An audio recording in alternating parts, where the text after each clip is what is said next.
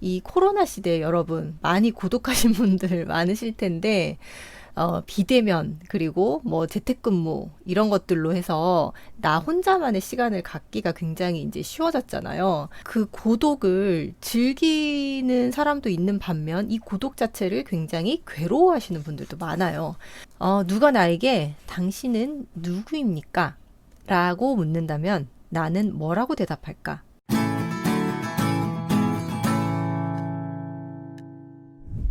네, 여러분 안녕하세요. 1분 책 읽기 이난희입니다. 오늘 제가 매일 낭독 시간을 통해서 남기고 싶은 책이 있어서 또 남기고 싶은 부분이 있어서 이렇게 영상을 켜게 됐어요. 여러분, 오늘 제가 남기는 이 영상이 매일 낭독에서 100번째 영상이 됐어요. 이 100이란 숫자는 어떤 의미를 가지는 것 같아요. 100일, 아이들의 100일도 축하를 하고 우리 연인들끼리 연애를 할 때도 100일 됐어. 100일 선물 뭐 줄 거야? 뭐 이러면서 의미를 남기는 그런 숫자이기도 하죠. 축하해 주시기 바랍니다. 저도 자축하는 의미에서 오늘 이 승화라는 책을 가지고 왔어요. 배철현 교수님, 예전에 이제 서울대 교수이기도 하셨던 분인데, 인류가 남긴 경전과 고전을 연구하며 위대한 개인이 획득해야 할 가치들을 네 권의 시리즈로 풀어내신 분인데, 제가 이 네 권의 시리즈 중에서 마지막을 먼저 만나게 됐어요. 이 승화라는 책입니다. 제가 굉장히 많이 쓰는 단어이기도 해가지고 저는 굉장히 반가웠어요. 제가 뭐 몸과 마음이, 제가 그동안에 이제 영상을 남기지 못했던 이유도 몸과 마음이 좀 아프기도 했었고, 그걸 어떻게 승화해야 될지 사실 그 갈피를 잘 못 잡았었기 때문에 영상을 못 남겼었는데, 오늘 이 책 속에서 저는, 영감이 굉장히 많이 떠오르는 부분이 있어서 여러분들과 함께 공유하고 싶어서 이렇게 영상을 켰습니다. 저는 어떤 사람인가 하면 이렇게 되짚어 보면은 기록 남기기를 굉장히 좋아하는 사람이었던 것 같아요. 제가 초등학교 4학년 때부터 고3 때까지 쓴 일기장을 지금 제가 아직도 가지고 있는데 궁금하시죠? 무려 11권이나 되더라고요. 그 정도로 저는 약간 기록에 집착했던 그런 성격의 학생이었을까? 지금 이제 돌이켜 생각해 보면 그랬던 것 같아요. 이 책이 굉장히 좋았던 이유는 나를 어떻게 정의할 것인가에 대한 굉장히 철학적인 사유를 하게 해주는 그런 책이었었어요. 여러분, 나라는 사람에 대해서 정의를 해보신 적이 있으신가요? 이 책에서는 나를 정의하는 것들의 제목으로 취미에 대해서 이야기하고 있습니다. 취미라는 얘기를 하면서 고독이야말로 우리를 인간답게 변모시키는 그런 과정이다라고 설명을 하고 있어요. 이 코로나 시대에 여러분 많이 고독하신 분들 많으실 텐데, 비대면, 그리고 뭐 재택근무, 이런 것들로 해서 나 혼자만의 시간을 갖기가 굉장히 이제 쉬워졌잖아요. 근데 이제 그 고독을 즐기는 사람도 있는 반면, 이 고독 자체를 굉장히 괴로워하시는 분들도 많아요. 그래서 이 부분을 제가 오늘 한번 읽어드려 볼 테니까, 나의 고독은 어떠한 형태를 지니고 있을지 한번 생각해 보시기 바랍니다. 19세기까지 인간 수명은 기껏해야 50년이었다. 소수에게만 적용되던 의학 혜택이 20세기 들어 대중에게도 전달됐다. 오늘날 수명은 100년 전과 비교해 거의 2배로 늘어났다. 근대인들의 인생은 가족을 중심으로 정해졌다. 한 가정에서 태어나 일정한 교육을 받고 직장을 가진 뒤 결혼해 자식을 낳는다. 장년이 된 인간은 자식이 결혼을 하고 아이를 낳고 그 아이들이 자라나는 과정을 보며 말년을 즐긴다. 하지만 이런 구분은 이미 지나간 모델이다. 현대인들은 놀라운 의학의 발전으로 19세기에 거의 2배인 100세 인생을 살기 시작했다. 첫 50년은 화목한 가족을 위해, 그리고 생물학적인 의무를 위해 전념했다면 두 번째 50년은 정신적이며 영적인 의무를 위해 새로운 삶을 살아야 한다. 두 번째 삶을 시작하기 위해 필요한 습관이 있다. 바로 고독이다. 고독은 혼자 있기를 심심해하는 외로움과는 다르다. 외로움은 불안이며 두려움이지만 고독은 고요이며 온전함이다. 이게 외로움과의 차별화를 지금 뒀는데 고독은 고요이며 온전함이라고까지 표현을 하고 있습니다. 로마 제국의 쇠퇴와 멸망의 저자인 영국 사학자 에드워드 기번은 고독에 대해 이렇게 말한다. 다른 사람들과의 대화는 이해를 증진합니다. 그러나 고독은 자신을 천재로 둔갑시키는 학교입니다. 일생을 통해 이룩해야 할 업적의 일관성은 한 예술가의 고독이 만든 손길입니다.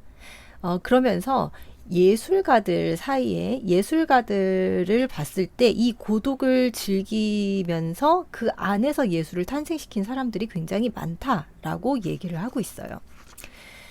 인류의 수명이 늘어나면서 인간은 남은 50년을 우리 자신이 정한 문법으로 살아가야 한다.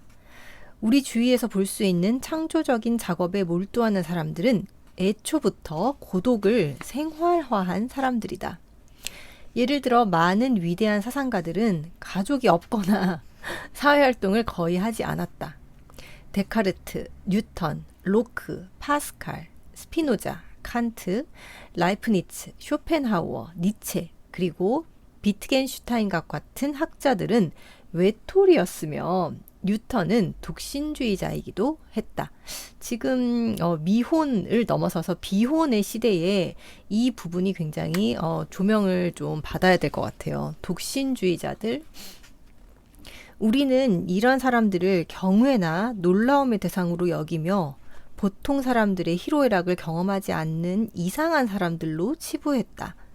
특히 천재적인 업적을 이룬 자들의 결혼 생활은 평탄치 않았고 그들은 종종 정신질환이나 알코올 중독 혹은 약물 중독으로 아슬아슬한 삶을 살기도 한다.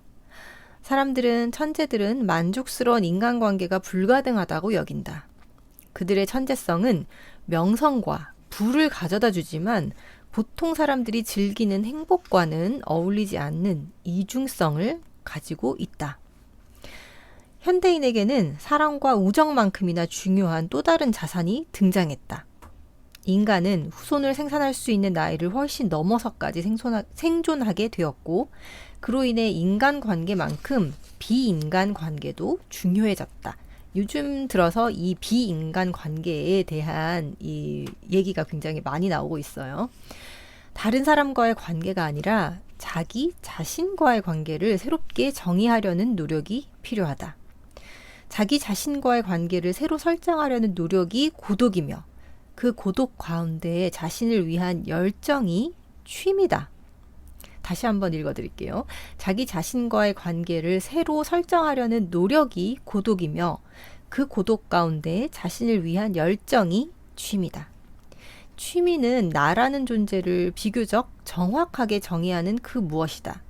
취미는 도시 안에 거주하면서 복잡한 인간관계 속에서 자신의 고유한 위치를 찾으려는 독보적인 놀이다. 나의 직업은 생계를 보장하고 타인과의 관계를 유지해주는 중요한 수단이다. 직업은 공동체가 원하는 삶에 대한 수능과 충성이 미덕이며 이 미덕은 종종 개성보다는 체면 지키기와 통일성을 요구한다. 그러나 취미는 다르다. 내가 나를 위해 정기적으로 시간과 정성을 바쳐 즐기는 창조적인 행위다. 내가 자발적으로 자주 떠올리는 생각과 자주 하는 말, 무의식적으로 좋아해서 하는 행위들이 나의 취미다. 취미는 가지각색이다. 취미는 자신의 환경에서 자연스럽게 드러나기도 하고 자신이 의도적으로 선택하기도 하는 그 사람의 정체성이다. 누가 나에게 당신은 누구입니까? 라고 묻는다면 나는 뭐라고 대답할까? 나는 내가 자주 하는 그것, 취미라고 서슴지 않고 대답할 것이다. 이 부분이 굉장히 좋은 것 같아요. 나는 내가 자주 하는 그것이다.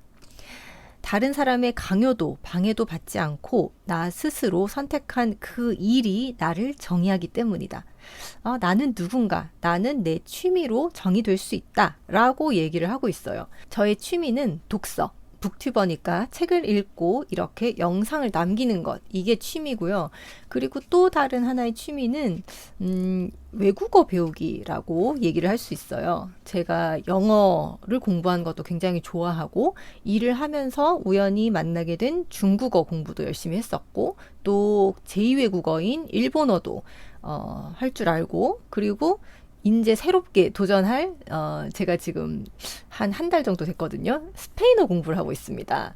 이게 어떻게 결과가 어떻게 나올지 잘 모르겠지만 네, 그것도 한번 영상으로 남겨보려고 합니다. 취미는 주관적이다. 이성적인 영역이 아니라 감성적인 영역에서 활동하기에 모든 사람들이 동의하는 객관적인 아름다움은 존재하지 않는다.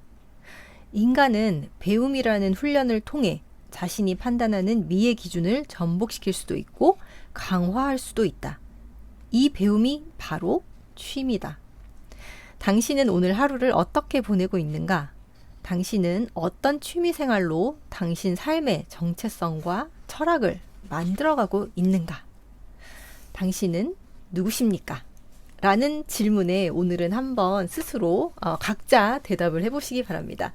네, 오늘도 저와 함께 해주셔서 정말 감사합니다.